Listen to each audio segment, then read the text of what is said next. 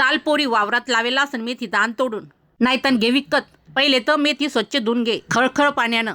मेथी स्वच्छ धुणं झाले की नित्रत ठेव. चाल आता मेथीची भाजी बारीक कापून घे. जेवढी बारीक कापता येईल तेवढी भाजी बारीक कापून घ्यायची. भाजी कापणं झाले की त्यात गव्हाचं पीठ टाकायचं. टाकायचं 1 वाटी बेसन. टाका चवीनुसार मीठ. टाका उलसक जिरं, हळद, 2 चमचा तेल, लसूण, कोथिंबीर, हिरवी मिरची ठेसा. चाला आता पाणी टाकून पीठ भिजून घ्या. पीठ घट्ट भिजवा. पीठ भिजवणं झालं की चाल चपाती लाटून घे. अगोदर तर 1 उंडा तोडून घे. पहिले त्याला सुक्क पीठ लाव. जेवढा मोठा लाटता येईल तेवढा लाटायचा. चपाती लाटणं झाली की कोणतं पण काठ दिसणारं सरसर वाटीचं भांडं घ्यायचं.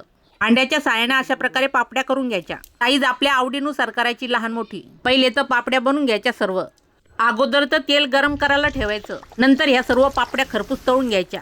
पोरी प्रवासामध्ये जाण्यासाठी 10-15 दिवस टिकतील अशा पापड्या. प्रवासामध्ये 15 दिवस टिकून खाऊ शकतात या पापड्या.